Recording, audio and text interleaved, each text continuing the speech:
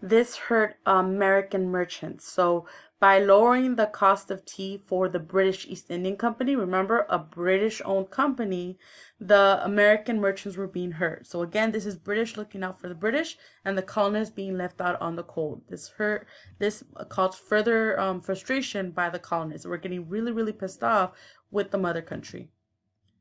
This angered the colonists because they were against all British taxes. So, because of the Tea Act of 1773 and other things as well, we have the Boston Tea Party of December 16, 1773. What basically happened is that in response, the British, what happened in the Boston Tea Party is that a bunch of colonists dressed up as Native Americans, remember, we're mad at the British, but we still don't want to be retaliated, we still want to hide. They dressed up as Native Americans, boarded British ships in the harbor in Boston, Massachusetts, and dumped the tea into the harbor. This led the British to be super, super pissed off and get even more restrictive with the colonists and pass the Intolerable Acts, Intolerable or Coercive Acts. The Intolerable Acts, if you're ever asked about this, were acts that were passed in response to the colonists' actions through the Boston Tea Party. So after we dumped the tea into the harbor, the British passed the Intolerable Acts. And it basically means to shut down the harbor. There was more taxes. You could not have your own government. It was harsher taxes on the colonists, punishments on the colonists for what happened at the Boston Tea Party. The Intolerable Acts, again, they closed the ports of the Boston until damages were paid. If you guys are not going to use them properly, you can borrow them. And it reduced colonial governments and power. So again, the British were really upset and they were trying to limit the power of the colonists. The Intolerable Acts helped lead us to the first Continental Congress. What I mean by Continental Congress is the colonies, continental, meeting together to kind of deal with the British. They met in Philadelphia. All colonies except for Georgia. Remember, Georgia is the most newest or the most loyal to the British crown. So everybody else was present. They created a list of grievances basically saying, King, you're being like way too extra with us. You can't be taxing us like crazy, punishing us by not expanding, doing all this stuff to us. You need to like lay loose.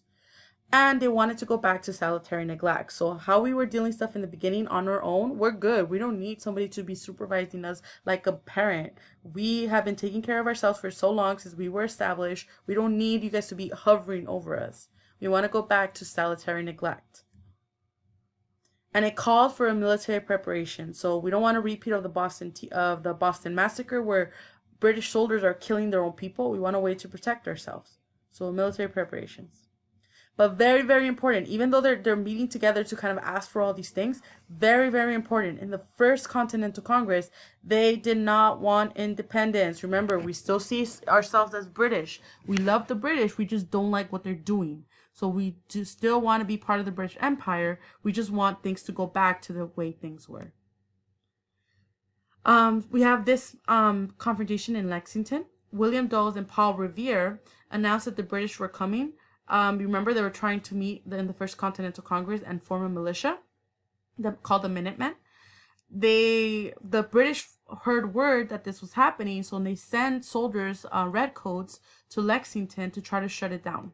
We were warned by Paul Revere and William Dawes, saying the British are coming, and it was shut down by the patriots like Samuel Adams. So basically, like, because we were warned that the British were coming, we were able to defend ourselves through the Minutemen in Lexington and Concord. This battle was fought in 8 minutes. And it lasted about 15 minutes, and 8 Minutemen were killed in the fighting. The Minutemen were the colonists. They were the soldiers that came up out of the colonists. Remember, we were just trying to protect ourselves. We weren't trying to kill anybody, but it was officially, technically, the first battle of the Revolution. The first battle between the colonists and the British. And Concord.